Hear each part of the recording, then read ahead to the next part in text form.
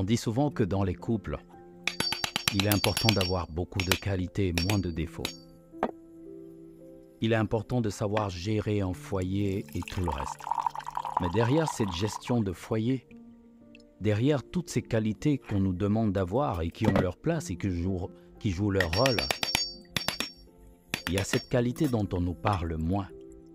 Et parfois nous en sommes conscients, mais nous manifestons les choses de la mauvaise des manières. C'est la capacité à aider notre partenaire à s'améliorer. Toutes les personnes qui comprennent cela procèdent autrement.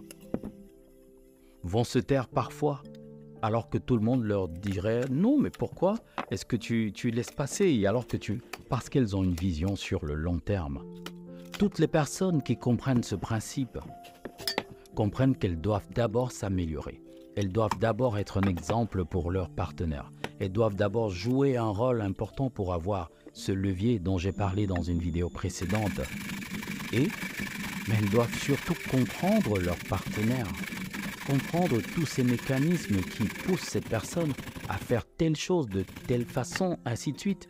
Et c'est pour cela que, voilà, on ne le dit pas souvent, mais le mariage est une école. Le plus gros sujet d'étude de votre vie, c'est votre partenaire. Vous allez beau comprendre la plupart des mystères de la vie, mais comprendre l'être humain, parfois ça demande énormément d'expérience et d'années. Et vous allez mourir sans jamais comprendre tous les êtres humains. Parce qu'il suffit de changer de partenaire pour voir les différences, mais pour voir toutes ces choses qui se complètent également.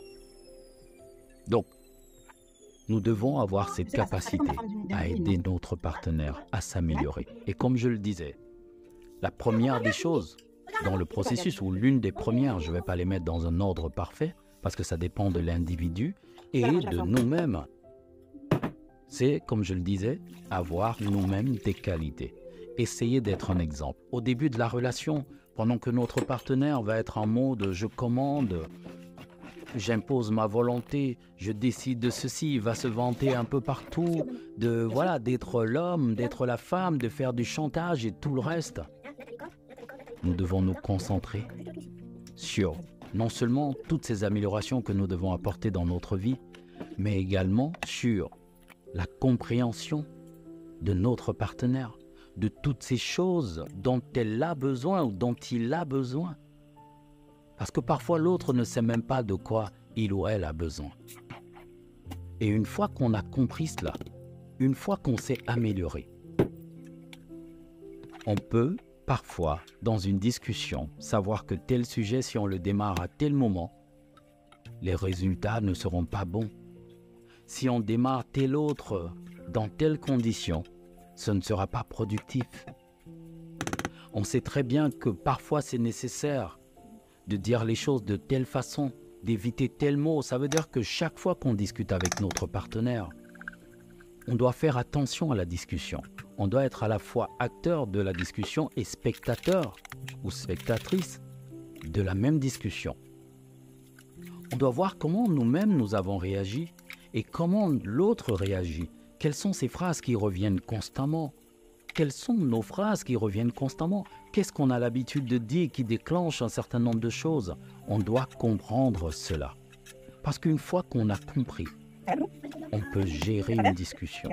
On sait par exemple qu'un jour, on a fait une remarque. Tout ce que notre partenaire nous dit pour s'expliquer, pour se justifier, pour toutes ces choses, on peut décider de se taire. Parce que notre objectif, c'était de passer le message.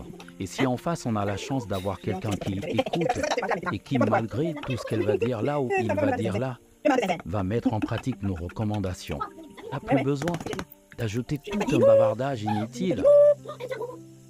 Mais nous devons aider notre partenaire à s'améliorer. Si notre partenaire ne sait pas dire bonjour aux gens, ne sait pas recevoir les gens, on doit avoir la même patience qu'on a avec un enfant. Et moi, je trouve souvent curieux qu'on appelle nos partenaires des bébés. Bébé, comment tu vas et tout, alors qu'on ne les traite pas comme les bébés. Comme on traite des bébés, autant pour moi. Heureusement qu'on ne m'appelle pas comme ça. Donc, je veux dire que une fois qu'on a compris la nécessité d'aider notre partenaire à changer, qu'on est devenu soi-même un exemple pour notre partenaire dans certains domaines, parce qu'on va aussi apprendre beaucoup de choses de notre partenaire. Et c'est même important de lui dire, voilà, il y a telle chose que j'ai apprise de toi, il y a tel comportement que j'ai aujourd'hui, telle attitude que tu apprécies, que j'ai tiré de toi, ainsi de suite. Toutes ces phrases qui peuvent ressembler à des flatteries, en fait, sont également une façon de dire à notre partenaire, regarde, j'ai appris de toi, tu peux apprendre de moi. Mais tu ne dois pas seulement apprendre de moi, tu dois apprendre des autres également. Tu ne dois pas seulement être à mon image, tu dois être à ton image, mais dans une meilleure version de toi. Et parfois, il faut rassurer notre partenaire. Souvent, nous croyons que nous allons aider notre partenaire en lui faisant beaucoup de reproches. Et parfois, derrière ces reproches, nous voulons imposer notre volonté. Nous voulons que l'autre fasse les choses comme nous avons décidé. Mais sauf que nous-mêmes, nous ne sommes pas exceptionnels. Nous n'avons pas de lumière. Nous ne sommes pas remplis, bourrés de qualité. Et nous voulons que l'autre soit aussi pourri que nous. Ça n'a aucun sens.